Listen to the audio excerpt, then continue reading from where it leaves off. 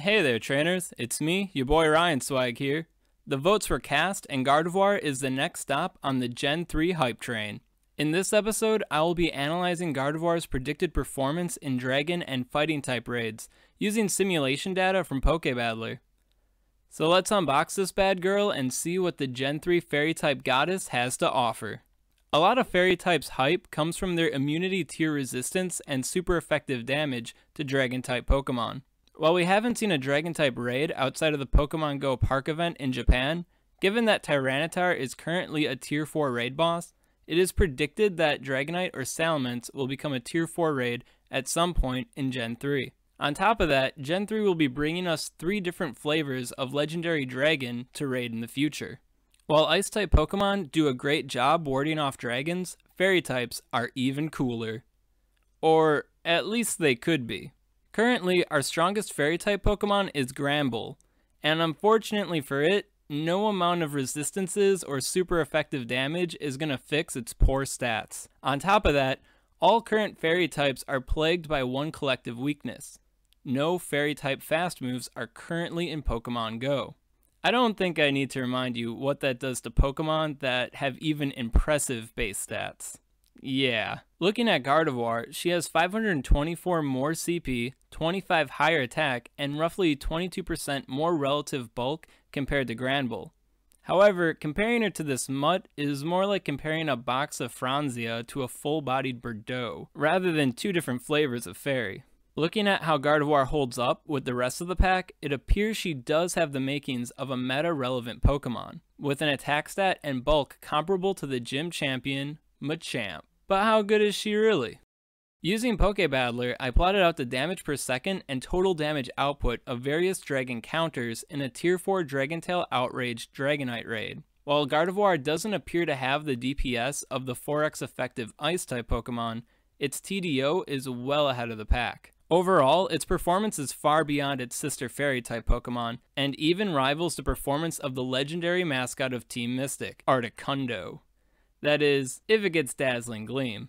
Looking at the DPS trends for all possible Fairy-type charge moves available to Gardevoir, not having Dazzling Gleam could easily shrink her down to the depths of 14 DPS or lower. Bringing the full raid graph back up, that's just about where Granbull and Clefable are. While its DPS and bulk will save her from obscurity, without Dazzling Gleam, Gardevoir could easily become more of a tank or an anchor rather than the supreme dragon-slaying queen of our dreams.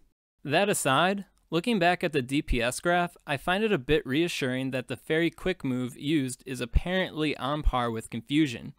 Not to derail the Gen 3 hype train here, but I find it very unlikely that Gardevoir will get a Fairy type Quick move.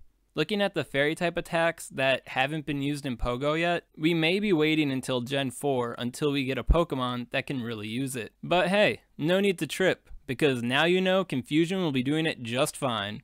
I also decided to plot Hidden Power Ice, just to see how much of an edge it'd give her. While it would be a bit unusual and cruel to give a Stage 3 Pokemon Hidden Power and have its optimal performance be contingent on it, it could save Gardevoir's role as a Dragon Slayer if it doesn't get a Fairy-type Quick Move or Dazzling Gleam. So far, this analysis has been exclusively on Gardevoir being used as a Dragon-type counter, but unbeknownst to most Pogo players, Gardevoir also has an immunity tier resistance and deals super effective damage to Fighting-type Pokemon. Looking at its performance in a Machamp raid, it appears that Gardevoir will be an excellent option, surpassing Mewtwo's Generalist Shadow Ball set completely and pulling ahead of even Psychic Mewtwo's TDO. While Gardevoir doesn't touch Lugia's performance, it is very likely that she will be the best non-legendary option out there. Of course, that is if you ignore the Heavy Slam set, which basically makes everyone look bad. Well,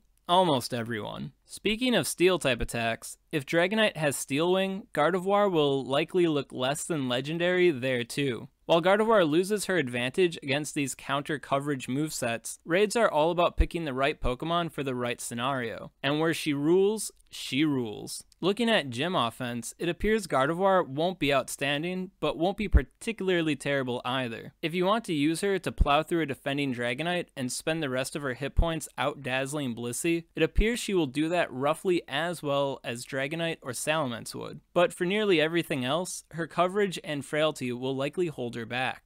On the gym defense side of the meta, Fairy types currently excel in their niche ability to throw off offending Dragon, Fighting, and Dark type attackers. While these are currently the best 3 gym attacking types, Moltres, Raikou, and Shadow Ball Mewtwo are all also very potent gym generalists, and her Fairy typing will completely fold in the face of a certain new meta-mashing Pokemon. Overall, she likely won't be bad, but she won't be impressive either, much like Pokemon Go's current gym system. Bringing this all together, things are looking pretty good for Gardevoir. In raids, she may surpass Articuno as the premier Dragon Slayer, and may even surpass Mewtwo as the best non-Lugia fighting type raider. Provided, of course, they aren't carrying steel type attacks. To be honest, I kinda like the contingency. Having one Pokemon be the optimal counter to another all the time can get pretty stale. On the gymming side of the meta, like most Pokemon, it appears she won't be all that impressive. Even when carrying Focus Blast, Gardevoir still lags behind Dragonite and Alakazam as Blissey counters, who already lag far behind Machamp and Mewtwo. Being weak to Snorlax's Heavy Slam isn't doing her any favors either. Having an immunity tier resistance to Dragon and Fighting type attacks is no joke though, and will definitely throw off unprepared opponents when on defense. So yeah, that's all I got on Gardevoir for today. We'll just have to wait and see what actually happens now.